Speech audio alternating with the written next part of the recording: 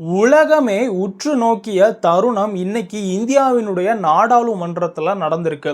இந்த Israel Iran பிரச்சனை ஆரம்பிச்சு 4 வாரம் ஆயிருச்சு. இந்த 4வது வாரத்தில் இந்தியாவுடைய பிரதமர் இந்திய பாராளுமன்றத்தில் இது சம்பந்தமாக பேசியிருக்காரு. இந்த விஷயத்தில் இந்தியாவுடைய ஸ்டாண்ட் அப்படின்றது அமைதி மூலமாக தான் இருக்கணும், ராஜதந்திர ரீதியில் தான் ஒரு பிரச்சனையை தீர்க்கணுமே தவிர போர் தீர்வாகாது, இதனால நிறைய உயிரிழப்புகள் வரும் அப்படின்றதோட மட்டும் இல்லாமல் அவர் சொன்ன முக்கியமான விஷயம், எந்த ஒரு விஷயம் நடந்தாலுமே நாடு அப்படின்றது உறுதியாக ஒற்றுமையாக அந்த ஒரு பிரச்சனையை சமாளிக்கிறதுக்கு தயார் நிலைமையில் இருக்கும். கோவிட்ல இருந்த மாதிரி அப்படியான ஒரு விஷயத்தை குறிப்பிட்டிருக்காரு. இது ஒருவேளை அப்படி ஒரு நிலை வரலாமோ அப்படின்ற மாதிரியான சந்தேகங்களின் அடிப்படையில் ஊடகங்கள் விவாதிக்க ஆரம்பிச்சிருக்காங்க. ஏன்னா பிரதமர் வாயிலிருந்து இப்பேற்பட்ட ஒரு வார்த்தை வந்திருக்கு.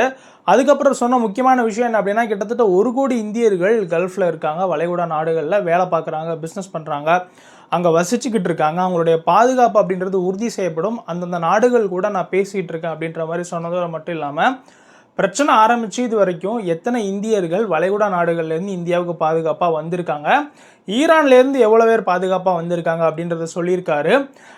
இந்த பெட்ரோல், டீசல், எல்பிஜி, எல்என்ஜி இந்த மாதிரியான விஷயங்களை சமாளிக்கிறதுக்கு ரஷ்யா கிட்டேருந்து இறக்குமதி செய்யப்பட்டது அப்படின்றதையும் பிரதமர் குறிப்பிட்டிருக்காரு. அதோடு மட்டும் இல்லாமல் இந்த ஹார்மோஸ் வழியாக வரக்கூடிய இந்திய கப்பல்களும் சரி, உலகத்தின் எந்த நாட்டு கப்பலாக இருந்தாலும் அது தாக்கப்படுறது அப்படின்றது கவலை தெரிவிக்குது அப்படின்ற மாதிரி சொல்லியிருக்காரு.